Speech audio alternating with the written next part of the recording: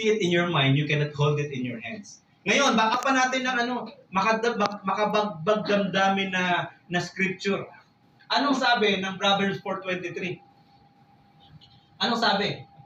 Be careful how you think your life is shaped by your thoughts. Mag-ingat ka kung ano yung iniisip mo. Dahil kung ano yung iniisip mo, yun ang nagiging buhay mo. Ay, sa networking, mahirap yan. Oh, good news. Mahirap to. Ay, networking, scam. Ay, good news, scam to. So, lahat kung ano yung pinaniniwalaan mo, yun ang nangyayari sa'yo. Kaya, pinaunahan na tayo ng scripture. Okay. The question is why? Ba't gusto mo manalo? Ba't gusto mo manalo? Nagsantay ka ba kasi maganda ang product? Yes. Yes. Very good. Nagsantay ka kasi maganda ang business? Yes. Nagsantay ka kasi mababait ng mga board of directors? Yes. Yes. Approachable? Tama? Nagsantay ka kasi cute yung mga speakers? Yes. Sila? Yes. Kasama din ako doon. Tama? Kaibigan, kung yan yung reason kung bakit ka nagsantay, I'm sorry to say, barya lang yung makukuha mo. Barya. Ano yung barya? 10,000, 20,000. Ibabarya ko yung 100,000. Hanggang 100,000 barya yan. Kasi hindi yan ang promise ng networking. Ang promise ng networking, millions ang gusto niya para sa'yo. Time freedom and financial freedom. Kasi pwede kang kumita ng ganyan eh. 100,000 eh. Barya lang yan.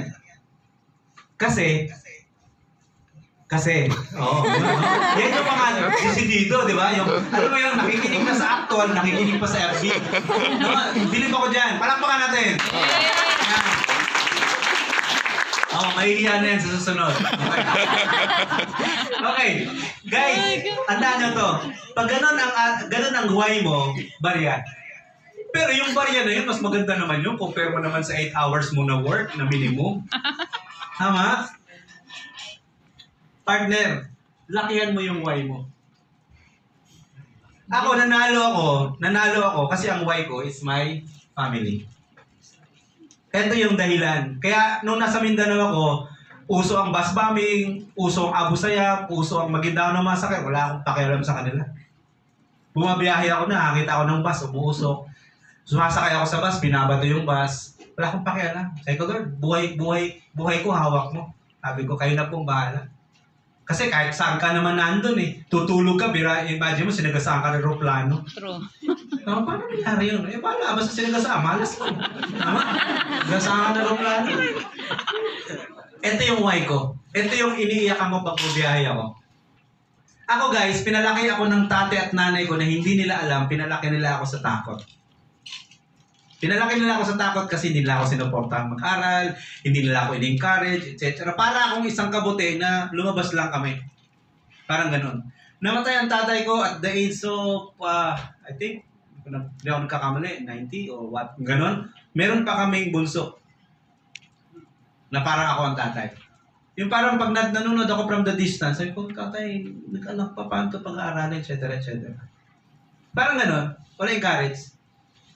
Habang nasa biyahe ako, napapaiyak ako eh. Pero sinod ang kausap ko. Kaya bawal sa akin tumanga. Di ako pwedeng tumanga ng 2 minuto, ganun. Mag-iisip ako ng pangit. Mag-iisip ako paano pag-aaral ng anak ko, paano ko pakakainin, etc. etc. Ganun yun. Kaya lagi kong binubombard yung ears ko, yung brain ko ng preaching, praise and worship, and motivational speaking. Or talk. Wala akong bakante. 9 hours of travel from Cagayan de Oro to Davao, to Jensan, to Tagum. Salang yan. Paikot-ikot lang yan sa cellphone ko. Wala akong ibang pinakikinggan. Bawal sa akin tumanga ng 2 minutes. Kasi mag-iisip ako ng pangit. Tandaan mo pag hindi mo inamin anong problema mo, hindi mo masosolve anong problema mo. Tama. Yes. You cannot face the problem if the problem is your face. Diba? Kaya problema kasi sa atin, di ba? Ay, aminin ano problema niya. Hindi, deal mo muna. Aminin mo muna sa sarili mo. Sarili mo muna, wag muna sa amin. Ano yung problema mo at doon mo simulan. Ako alam ko yun, negative ako. Di ba bawal ang negative sa networking? Pero hindi, negative ako. Kaya alam ko na yun. Ang antidote ko doon, makinig. Kailangan hindi ako bakante. Now, ang takot ko yan. Paano sila pag-aralin? Bakit ng mga anak ko, no? Yan. Lumaki